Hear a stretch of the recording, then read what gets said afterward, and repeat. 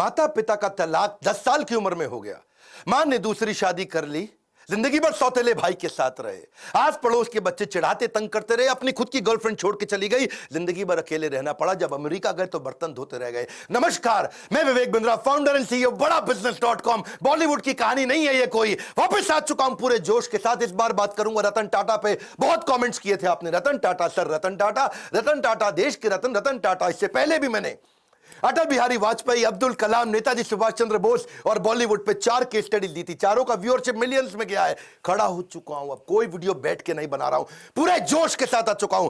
अगर आप थोड़े नीचे कमेंट बॉक्स में बताओ, Steve Jobs, Mark Zuckerberg, Mukesh Ambani, Sardar Patel, और अगर 5 लाख लाइक दिए ना तो मजबूरी का नाम महात्मा गांधी भी बना सकता हूं। क्यों कहते थे मजबूरी का नाम महात्मा गांधी? अब वीडियो मिस मत करिएगा, नई नई लर्निंग दे रहा हूं आपको। सही कार्य करने के लिए समय हमेशा ही सही होता है। कौन थे Ratan Tata? Industrialist, investor, philanthropist, कोई ट्रेंड पायलट, पद्मश्री, पद्म विभूषण? कौन थे? लंदन में इनको सर का टाइटल दिया, ऑनररी नाइट बोलते हैं उसको। यूके में टाइटल दिया गया इनको सर, इसीलिए मैं भी पूरे वीडियो में बोलूंगा सर रतन टाटा। इनकी चेयरमैनशिप में इनका रेवेन्यू टाटा ग्रुप का 40 गुना बढ़ा। 22 साल में 40 गुना रेवेन्यू बढ़ा, प्रॉफिट इन्होंने 50 गुना बढ़ाया। ग्रेटनेस रतन टाटा की ये थी कि ये हर डीप इंसल्ट को स्टीप रिजल्ट में कन्वर्ट करते थे। आप इनकी बेइज्जती करो, इनको डीप इंसल्ट दो, ये स्टीप रिजल्ट क्रिएट कर देंगे। जितना इनको तंग करो ये उतना ग्रो कर जाते हैं। 90% स्टार्टअप 5 साल में फेल हो जाते हैं इंडिया में। 90% स्टार्टअप 90% 5 साल में फेल हो जाते हैं। केवल बचे हुए 5% स्टार्टअप है जो अगले 10 साल तक चल पाते हैं, और 0.01% कंपनियां जो 100 साल तक चलती हैं। टाटा ग्रुप ऐसी कंपनी है जो 150 से ज्यादा साल से चल रही है। आज टाटा ग्रुप इतना बड़ा हो गया कि इनकी 100 से ज्यादा कंपनियां 100 से ज्यादा देशों में चल रही हैं।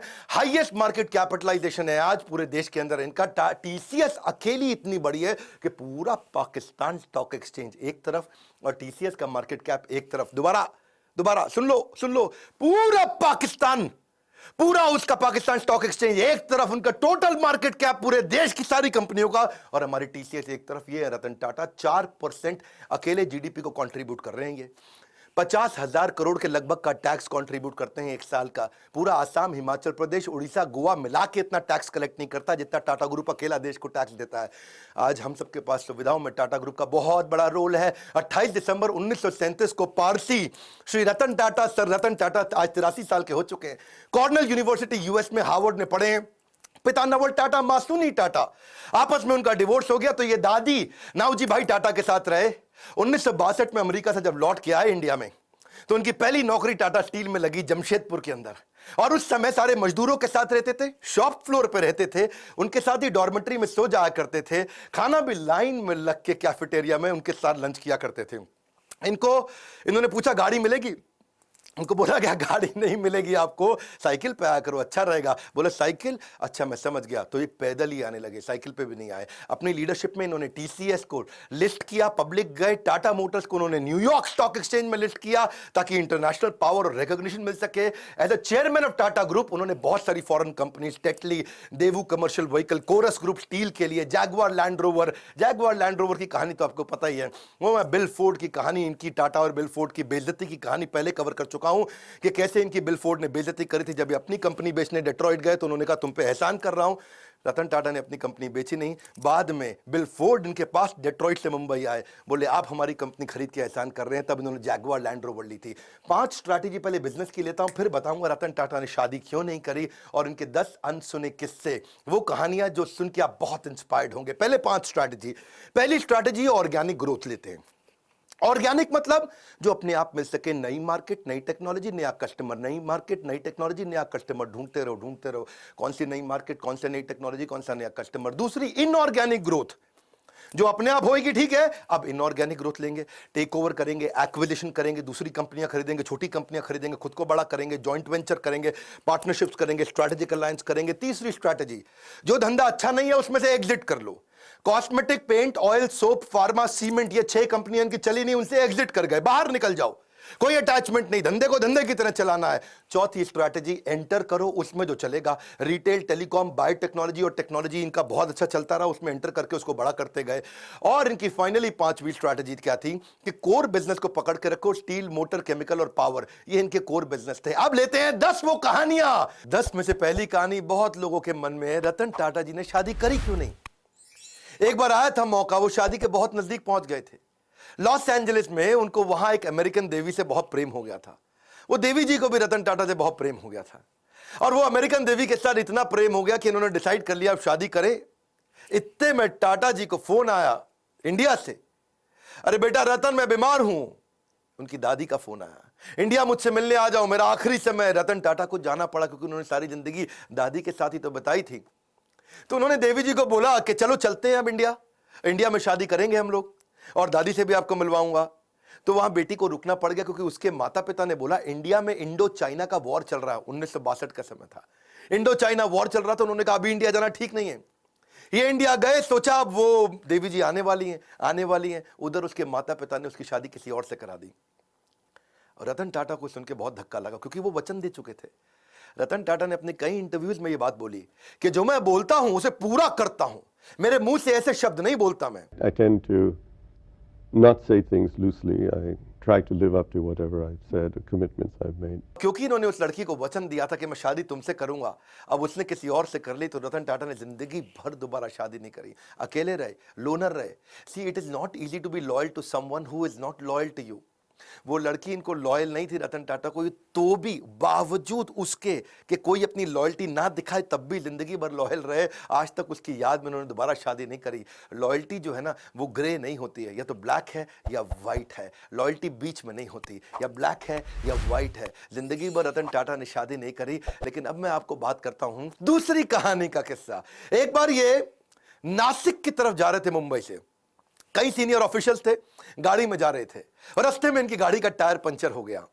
और टायर पंचर हो गया तो सब अपना गाड़ी से उतरे, अपना कैजुअल थे, वहां पे इधर उधर घूम रहे थे, कोई अपना चाय पी रहा था टपरी पे, कोई अपना सुट्टा मार रहा था।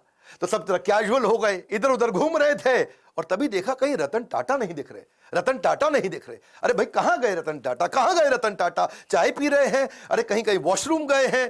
तो रतन टाटा अचानक लोगों ने देखा कि अपनी स्लीव्स ऊपर करके और अपने टाई को कंधे पे ऐसा पीछे टांग करके, उसके बाद जो है जैक और पाने को हाथ में पकड़ के दूसरे टायर का प्रेशर चेक कर रहे, उसके साथ पंचर लगवा रहे। तो लोगों ने आके पूछा भाई आप रतन टाटा हैं, आप काहे पंचर लगा रहे भैया? वो उसका काम है पंचर लगाने का।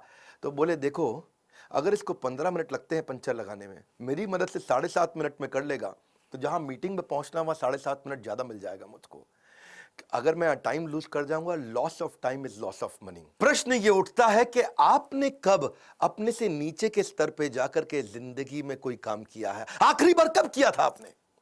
कब आपने अपने स्तर से नीचे उतर करके दूसरों की मदद करी थी? रतन टाटा जिंदगी भर सिखाते रहे leadership is not position, it is action. ये पोजिशनल पावर नहीं, पर्सनल पावर है। मुंबई का 26/11 का ताज अटैक, और वो अटैक जिसमें वो जानते हैं, सारी दुनिया जानती है कि उन्होंने सबकी मदद करी। जो आदमी का वहां नुकसान हुआ, इनके जितने एम्प्लॉय थे पर्सनली उनके घर तक गए, ये तो आप जानते हैं। 50, 60, 70, 80 लाख रुपए तक उनको कॉम्पनसेशन दिया, डिपेंडिंग ऑन डिफरेंट सिचुएशन, उनको पैसा दिया। इतना ही नहीं, सबको जिंदगी भर के लिए एक मेडिकल काउंसलर भी दिया। किसी को साइकोलॉजिकल डिप्रेशन हुआ, कोई टेंशन हुआ क्योंकि इतनी गोलियां बमबारी हुई थी वहां, जिंदगी भर के लिए उनको डॉक्टर भी दिया। जिसका देहांत हुआ उसको पहले 50, 60, 70, 80 लाख रुपए तो दिया, पर साथ में उसकी बची हुई जितनी नौकरी थी, उसकी पूरी जिंदगी की आखिरी जो सैलरी थी वही तनख्वाह उसको जिंदगी भर दी। उसके बाद उसके घर में, परिवार में बच्चों की एजुकेशन की, मैरिज की, मेडिकल की, सबकी रिस्पॉन्सिबिलिटी ली। ऐसे थे रतन टाटा, जिंदगी भर की रिस्पॉन्सिबिलिटी ली। और अगर तुमने कोई कर्जा लिया तो वो कर्जा भी माफ किया। इतना ही नहीं कि जो लड़का पहला महीना हुआ है आके, पहला दूसरा दिन हुआ है, ऐसा भी एक लड़का था। ऐसे भी कुछ लड़के थे जिनको बिल्कुल अभी होटल में ज्वाइन ही किया था, ट्रेनी थे, उनको भी ऐसे ही पूरा कॉम्पनसेट किया। ये सब तो सब समझते हैं, पर जो बात जिसने मुझे हैरान कर दिया, जिसके कारण मैं भी अपनी कंपनी में स्टैंडर्ड को चेंज कर रहा हूं, वो ये है कि उन्होंने अपने होटल वालों की तो मदद करी, बाहर आसपास बाजार में जो पुलिस वालों को गोली लगी उनको भी उन्होंने कॉम्पनसेट किया। वहां पेडेस्ट्रियन जो राही चल रहे थे, वहां पे राहगीर थे, चाय वाला था, भेलपुड़ी वाला था, गुब्बारे वाला, पाव भाजी वाला, पान की दुकान, टपरी, जिनको टाटा ग्रुप से कोई मतलब नहीं, उनको भी इन्होंने मॉनिटरी भी, पैसे से भी मदद करी और साथ में टाटा ग्रुप में नौकरी भी दिलाई। और ये सब कुछ उन्होंने केवल 20 दिन में कर लिया। दूसरी तरफ एक लड़की थी देविका, सीएसटी स्टेशन पे, उसने अजमल कसाब को रिकॉग्नाइज किया था। छोटी लड़की थी, 10, 11, 12 साल की, और उसको उसके पिता और उसके भाई जेंट्स वॉशरूम गए थे, वो छोटी बच्ची को बाहर 2 मिनट छोड़ करके, और उसको सामने से आके गोली मारी। उसी ने अजमल कसाब को आकर के बाद में कोर्ट में पहचाना था। आज रतन टाटा ने तो 20 दिन के अंदर कॉम्पेंसेशन कर दिया सब कुछ। 20 दिन में फटाफट कमेटी बना के सबको मुआवजा दिया, सबकी मदद करी, सबके साथ खड़े हो गए। और तब 2008 से 2020 हो गया, एक 20 दिन एक 2020, 20 डेज 2020। आज 2020 तक उस लड़की को कोई कॉम्पेंसेशन नहीं मिला। इनफैक्ट मछुआरे थे कहीं, मैं भी इकोनॉमिक टाइम्स में खबर पढ़ रहा था, वो मछुआरों को आज 12 साल के बाद कॉम्पेंसेशन मिला। मतलब सरकार को जितना समय लगता है, टाटा को कभी समय नहीं लगता। करुणा के लिए कारण की जरूरत नहीं पड़ती। यदि आप दूसरों को प्रसन्न देखना चाहते हैं तो करुणा का भाव रखिए, और अगर खुद को प्रसन्न देखना चाहते हैं तो भी वही करना है, तो भी करुणा का भाव रखना है। देखिए, ये ऐसे व्यक्ति थे जो वैल्यू को वैल्यू किया करते थे, वैल्यूज को ही used to value the values. चौथी कहानी, हार्वर्ड के अंदर अब सब लोग सोचने लगे कि भाई हम क्राइसिस मैनेजमेंट सिखाते हैं, 26/11 में सबसे बड़ा क्राइसिस था, और तब वहां के प्रोफेसर ने सोचा कि भाई हम केस स्टडी सिखाते हैं क्राइसिस मैनेजमेंट की। तो उन्होंने अपने 2 प्रोफेसर्स को भेजा कि जाके इंडिया में पता लगाओ कि रतन टाटा की ये कंपनी टाटा ग्रुप में जो होटल था, होटल के कर्मचारी इतने कमिटेड कैसे थे, कैसे अपनी जिंदगी को दांव पर डाल के दूसरों को बचाने में लगे थे। आपको तो पता है ना, वहां एक जनरल मैनेजर भी था, करमबीर सिंह, 1 साल पुराना जनरल मैनेजर था। और उसने क्या देखा, मतलब उसकी वाइफ और उसके बच्चे उसी होटल में रुके हुए थे, और उसको पता चला, खबर मिली कि उसकी वाइफ की डेथ हो गई है वहीं पे, जो नीति थी उसकी वाइफ, और उसका बेटा उदय और समर, एक की उम्र 14 साल, एक की 5 साल, वो होटल के अंदर है जनरल मैनेजर करमबीर सिंह, और ऊपर फ्लोर के अंदर एक स्वीट कमरे के अंदर उनके बच्चे और उसकी बीवी की डेथ हो गई। लेकिन वो रुका नहीं, क्योंकि आग लग गई थी वहां कमरे में। वो रुका नहीं, वो सुनने के बावजूद वो दूसरे गेस्ट को बचाने में लगा रहा। इतना ही नहीं, उनके अलावा यंग ट्रेनी थे बहुत सारे, वो भी गेस्ट को बचाने में लगे रहे, वो भी खुद वहीं रुक रहे, उनको गेस्ट को भेजते रहे होटल के अंदर। टेलीफोन ऑपरेटर फोन करके बता रहा है कि अब निकलो, अब रुको, अब निकलो, अब रुको। रिसेप्शनिस्ट जो स्टाफ थी वहां पे, वो भी ह्यूमन शील्ड बना बना करके गेस्ट को निकालने में लगे हैं। सब लोग हैरान थे। हार्वर्ड बोला कि यार एम्प्लॉइज में ऐसा है क्या, इनके ये क्या भरते हैं, कौन सा इंजेक्शन लगाते हैं कि इनके एम्प्लॉय कोई आर्मी के अफसर थोड़ी है कि अपनी जिंदगी दांव पर लगा दी। भाई सबसे पहले तो आदमी अपने को बचाता है, खुद निकलता है। लेकिन इनके सारे एम्प्लॉय, ताज मालदीव्स का भी था ना ताज, वहां पे भी सुनामी आया था 2004 में, उधर भी इन्होंने यही किया था। तो वो सोचे कि भाई ताज होटल के एम्प्लॉय ऐसे हैं कैसे। तो देश पांडे और रैना, ये 2 आदमी हार्वर्ड से आए रिसर्च करने इंडिया में। तो पहले सोचा भाई सिंपल सी बात है, आप लोग भी सोच रहे होंगे कि इनकी ट्रेनिंग बड़ी अच्छी होती होगी, इनका ह्यूमन रिसोर्स अच्छा होगा, इनके मैनुअल अच्छे होंगे। लेकिन वो बोले नहीं, ट्रेनिंग तो तब देना जब एम्प्लॉय 2, 4, 5, 10 साल पुराना हो जाए। यहां तो एम्प्लॉय नया था, जिसको आए 15 दिन हुए वो भी जान दे रहा है अपनी। तो बोले कि अच्छा रिवॉर्ड रिकॉग्निशन अच्छा देते होंगे। भाई नहीं, जो रिवॉर्ड रिकॉग्निशन तब दोगे जब तुम साल 2 साल 4 साल नौकरी कर लोगे, तब तो कोई अवार्ड रिवॉर्ड दोगे। वो तो 15 साल पुराने लड़के, 15 दिन क्षमा चाहता हूं, पुराने लड़के आए और होटल में अपनी जान देने में लगे। तो ये कह रहे हैं कि क्या चक्कर है, टाटा ग्रुप के होटल में कोई आदमी आता है तो अपनी जान देने को तैयार हो जाता है, पर ग्रुप के लिए, टाटा के लिए काम करता है, क्या चक्कर है। तो उन्होंने कहा भाई रिज्यूमे अच्छा था इनका, एक्सपीरियंस अच्छा था, पता चला वो भी नहीं। फाइनली रतन टाटा से जब इनका इंटरव्यू हुआ, उन्होंने कहा यार क्या क्या चक्कर क्या है, आपके होटल का आदमी अपनी जिंदगी दांव पर लगा देता है। तो रतन टाटा ने बोला ये बाद की बात नहीं है, ये हायरिंग से पहले की बात है। हम उसका कैरेक्टर, उसकी इंटेग्रिटी को देख लेते हैं इंटरव्यू के दौरान। Interview is the key. Interview के दौरान ही हम अपनी कंपनी में ऐसे लोगों को लेते हैं जो ईमानदार है, काम करना तो हम सिखा देंगे, हमें ईमानदार लोग चाहिए। ये है टाटा ग्रुप, खुद इतने ईमानदार, उनकी ईमानदारी पर तवे पे बैठ करके इंसान आज भी कसम खा सकता है कि भाई टाटा नहीं कर सकते बेईमानी। और ऐसे ही एम्प्लॉय भी लेते हैं, कहते हैं ईमानदार ले लो। और जब ईमानदार लोग लिए तो उन्होंने अपनी जान दी होटल में लोगों को बचाने के लिए। इनका रूल क्या है, नेशन बिफोर द बिजनेस। मैं 5वीं कहानी सुनाता हूं। अभी ताज अटैक की मैंने 2 कहानी सुनाई आपको, अब ताज ही की तीसरी कहानी लेते हैं कि ताज होटल को ठीक करने के लिए रतन टाटा ने टेंडर निकाला। भाई होटल में आग लग चुकी है, होटल में गोलियां चली हैं, होटल पूरा तहस नहस हो चुका है। तो उन्होंने दुनिया भर में टेंडर निकाला कि कौन हमारे होटल को आके ठीक करेगा, रिपेयर करेगा। समझ रहे हो मेरी बात को। तो रिपेयर करने के लिए दुनिया भर में टेंडर, पाकिस्तान से 2 कंपनी ने भी टेंडर अप्लाई कर दिया कि हम आपका होटल आके ठीक करते हैं। अच्छा, उनको रतन टाटा ने ध्यान नहीं दिया, भाई पाकिस्तानी है, मैं यही कराऊंगा इनसे। कसाब साहब वहीं से आए थे। तो ये को 2 आदमी, 2 बड़े बिजनेसमैन बिना अपॉइंटमेंट लिए पहुंच गए मुंबई रतन टाटा से मिलने के लिए कि भैया हमको दे दो, हम करेंगे टेंडर पास। रतन टाटा ने उनको अपॉइंटमेंट नहीं दिया, कमरे के अंदर से सेक्रेटरी को बोल दिया बोल तो बिजी हैं। वो बाहर बैठे वेट करते रहे, पूरा सुबह से शाम हो गया। रतन टाटा ने फिर मैसेज भेज दिया उनको, बोलो चले जाओ, तुम अपॉइंटमेंट लेके नहीं आए, मैं बिजी हूं। ये दोनों पाकिस्तान के बड़े बिजनेसमैन दिल्ली पहुंच गए एक बड़े कांग्रेस के नेता के पास।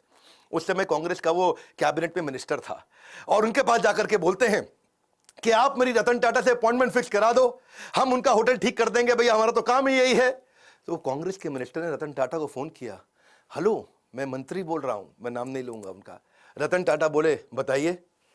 बोले ये 2 आदमी आए हैं बिजनेसमैन पाकिस्तान से, ये आपका होटल ठीक कर सकते हैं, इनको टेंडर दे दो, आप इनको मीटिंग तो दे दो, कम से कम इतना तो करो। तो रतन टाटा ने उनको क्या जवाब दिया, आप हैरान हो जाएंगे। बोले तुम बेशर्म हो सकते हो, मैं बेशर्म नहीं हूं, पाकिस्तानियों को धंधा नहीं दूंगा। खटाक फोन रख दिया। ऐसे हैं हमारे श्री रतन टाटा। इसी के साथ दूसरी कहानी, और 26/11 के अटैक के बाद पाकिस्तान की सरकार ने उनसे कुछ सैकड़ों हजारों टाटा सूमो को ऑर्डर दिया था। टाटा सूमो उन्होंने कहा मैं पाकिस्तान को नहीं दूंगा, नुकसान बर्दाश्त है लेकिन देश से गद्दारी बर्दाश्त नहीं है। क्विकली छठी छोटी सी कहानी, एक बार एक कॉलेज के चेयरमैन उनको इन्वाइट किया कि बड़े फंक्शन में 25वीं एनिवर्सरी थी, सेलिब्रेशन थी। अब रतन टाटा आए हुए, रतन टाटा है भैया, टाटा ग्रुप कंग्लोमरेट। बच्चों में भीड़ भाड़ हो गई, और मैं देखूंगा आगे आऊंगा, मैं देखूंगा आगे आऊंगा। 2-4 बच्चों ने इधर उधर धक्के मार दिए, आगे निकलने के चक्कर में रतन टाटा ने देखा बेचारी एक लड़की नीचे गिर गई। उन्होंने कहा कि आप फंक्शन खत्म होने दो, मैं आपसे मिलूंगा। फंक्शन थोड़ा लंबा हो गया, रतन टाटा जी की फ्लाइट थी और उन्होंने अपनी फ्लाइट मिस कर दी। प्रिंसिपल ने बोला फ्लाइट क्यों मिस कर रहे हैं साहब, बच्चे हैं, क्या हो गया? बोले नहीं, मैंने वचन दिया है, मैं इनसे मिलूंगा, प्राण जाए पर वचन ना जाए। ये कहानियां आपने पहले बॉलीवुड में बहुत सुनी होंगी, लेकिन असलियत में रतन टाटा कहते हैं जो मैं मुंह से निकाल देता हूं मैं करता हूं पूरा। चलो आगे बढ़ते हैं। 7वीं कहानी, रतन टाटा एक पीपल्स पर्सन थे। आपको पता है जब जापानी कंपनीज इंडिया में आती हैं और ऑटोमोबाइल कंपनी लगाती हैं तो बहुत स्ट्राइक होती हैं। सुजुकी, मारुति, उनके यहां भी बहुत स्ट्राइक हुई, होंडा के यहां हुई, या कोई भी जापानीज कंपनी होती है, क्योंकि मैनेजमेंट और लेबर यूनियन का आपस में झगड़ा चलता है। लेकिन एक दफा टाटा मोटर्स में भी हुआ, मैनेजमेंट और लेबर का झगड़ा हो गया।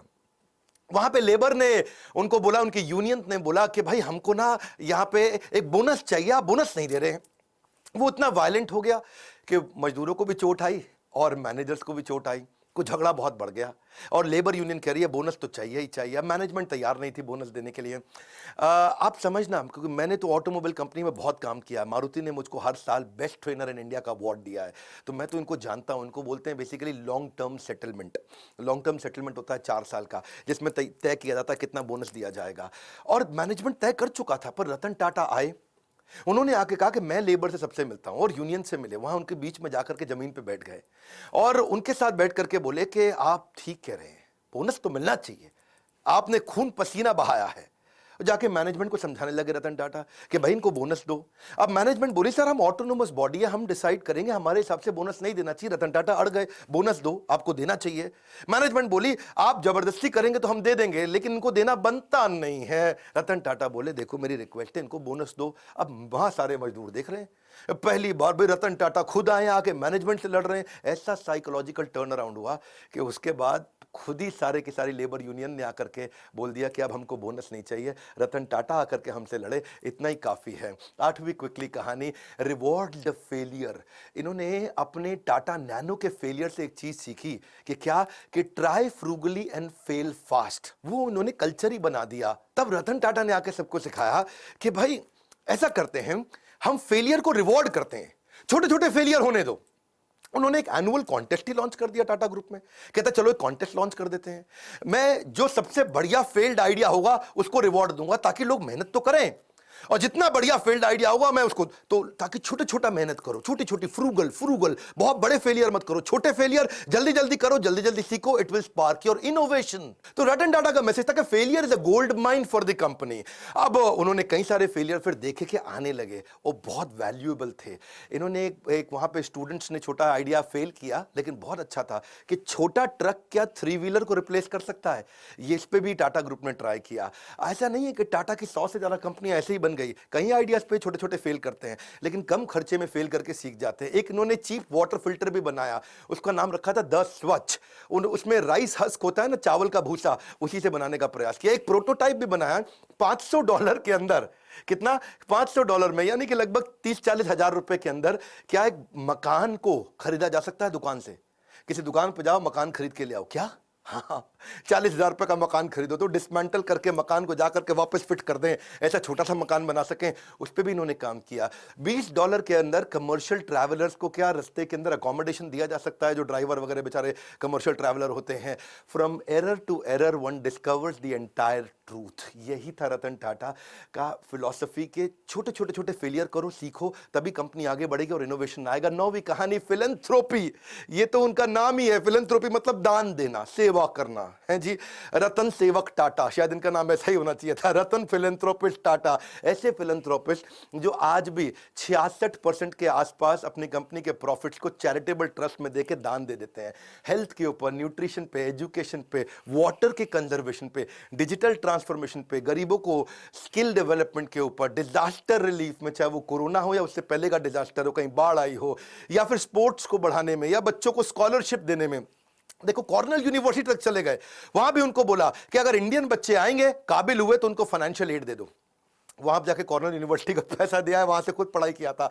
100 करोड़ रुपए के आसपास तो उन्होंने आईआईटी बॉम्बे में दे दी कि Tata centre of technology design यहां बना दो। लेटेस्ट अब इन्होंने 1,500 करोड़ रुपया कोविड में दान किया। इसको देखो, पहले तो ये ना लोगों को दान दिया करते थे, बाद में उन्होंने प्रोजेक्ट बनाने शुरू कर दिए। उन्होंने रिसर्च प्रोजेक्ट को फंड किया कि बीमारी ठीक करने की जगह कुछ ऐसा कर दो कि बीमारी हो ही नहीं, है जी। जैसे अल्फ्रेड फोर्ड आए थे ना इंडिया में, उन्होंने आकर के इस्कॉन के को मायापुर में दुनिया का सबसे बड़ा मंदिर बनाने के दान दिया। तो उनको पूछा ममता बनर्जी ने, भाई फोर्ड साहब यहाँ इतना दान मंदिर बनाने को क्यों दे रहे हो? एड्स के लिए दान दे रहे थे। तो उन्होंने कहा मैं ऐसा दान दे रहा हूं जिससे एड्स होए ही नहीं। हाँ, ऐसे ही रतन टाटा क्या बोले, मैं बीमार होने पे बीमारी ठीक करने की जगह ऐसा दान देना चाहता हूं जिससे बीमारी होनी बंद हो जाए। टाटा ग्रुप फिलैंथ्रोपी में इतना आगे है।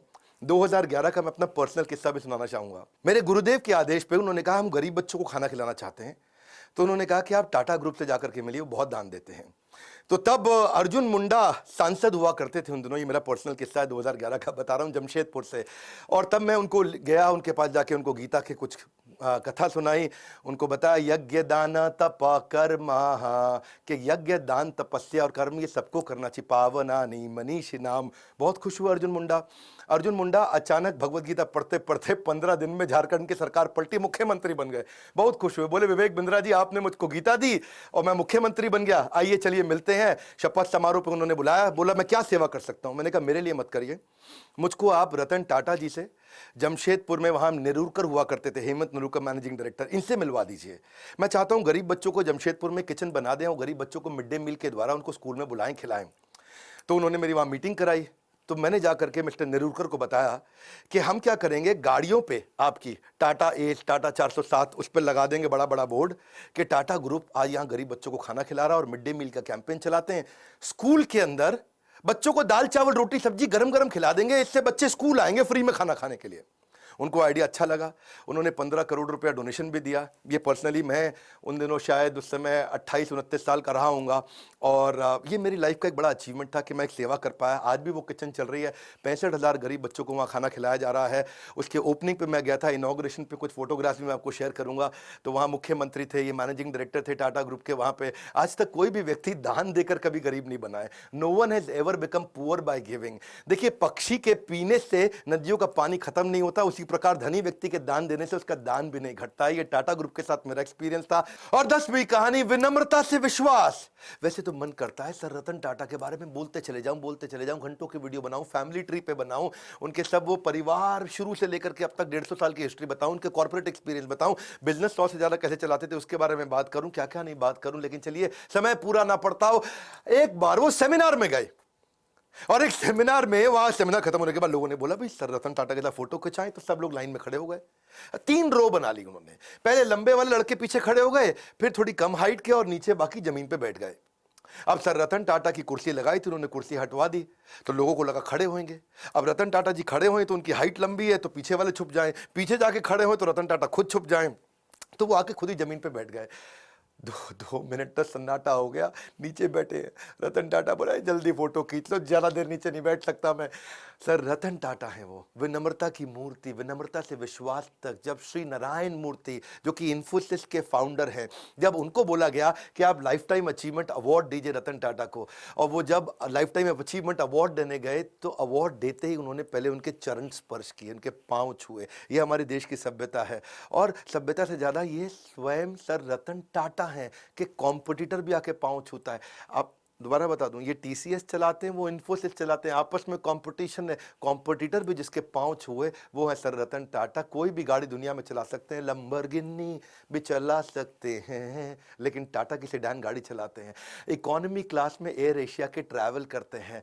ट्रस्ट इक्वल्स टू कल्ट, उनका कल्ट इतना ज्यादा है। एक बार क्या हुआ, सर रतन टाटा के 1 मिलियन फॉलोअर हो गए इंस्टाग्राम पे, तो वो इंस्टाग्राम पे आए, सबको धन्यवाद कर दिया कि भाई मेरे 1 मिलियन फॉलोवर हो गए, आप सबका बहुत बहुत धन्यवाद। तो वहीं एक लड़की ने नीचे कमेंट लिख दिया, कांग्रेचुलेशन छोटू। क्या छोटू?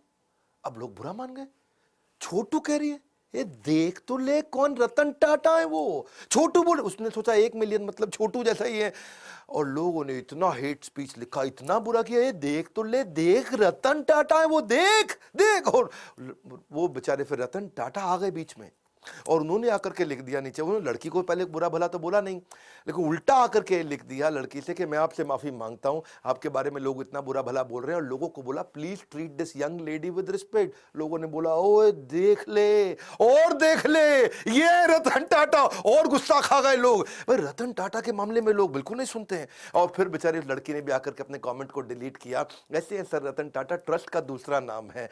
हजारों लाखों बातें रतन टाटा जी के बारे में गूगल पे लिखी हुई हैं, अगर उनमें से आधी भी सच हो तो दुनिया में सबसे ज्यादा ईमानदार आदमी की उपाधि उनको मिलनी चाहिए।